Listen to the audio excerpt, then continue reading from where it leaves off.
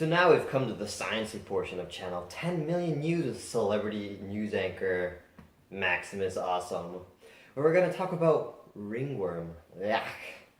We've actually phoned in a professional doctor who is actually an expert on ringworm to help answer some of our questions. Hi, how are you doing? Hi Maximus, thank you so much for inviting me.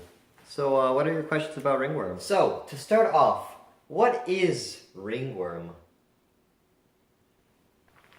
Well, actually, contrary to popular belief and previously held beliefs, ringworm is not actually a worm. It's a common fungal infection that comes from the dermatophytes found in the dead outer layer of the skin. There's actually no correlation between that and actual worms. Do not be scared. Oh wow, that sounds really scary. It must be pretty rare, right? Actually, no. On the contrary, ringworm can be caught by anyone at really any time.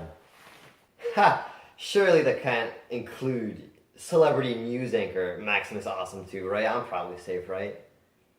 Like I said before, anyone, anytime. Alright, whatever you say. Moving on though. What are some symptoms of the disease? How can you get this disease? What are the causes of this ringworm disease? Let's see.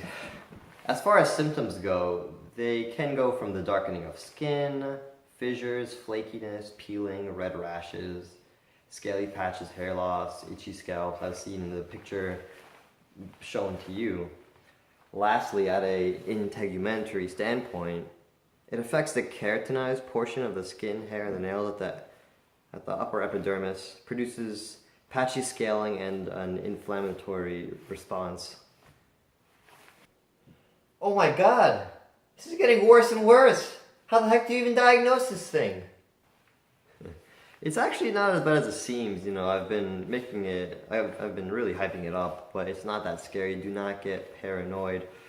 Ringworm is actually really easily diagnosed. You could probably self-diagnose it really easily, but if you really want a doctor's standpoint, doctors can actually easily recognize ringworm by the ring-shaped rash that is found commonly on the skin.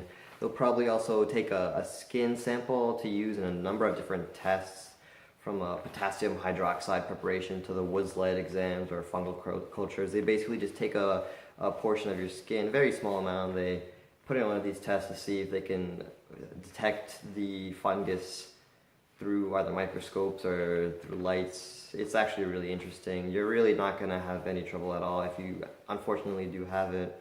You know, and worse comes to worse, you know, there is fungal cultures. If they really can't find it, that is like a surefire way to find it, but it really usually doesn't go that far. Oh, you're right. It's not actually that bad, I guess.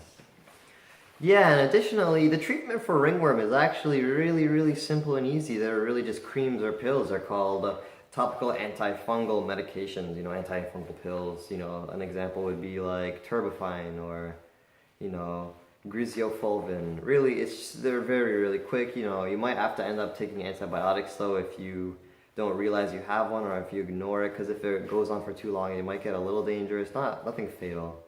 But it will always get solved. You are in no real danger most of the time. Probably doesn't even affect the patient for that long, right?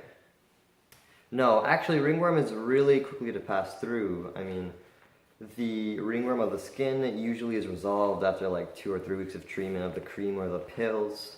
While if you have it of the scalp or the nails, I mean, it might require a few months, but really in the end it's just the taking of pills or cream. It's not really that bad. It's really quick to finish compared to other harmful diseases. It's really not that bad. Alright, thank you so much for this interview. Thank you so much for helping us out. I am now a pretty big expert on ringworm. Take care, take care. Anyways, on our next segment, you're going to hear about a singer who just got declared the President of America. Find out more after the break. Ooh.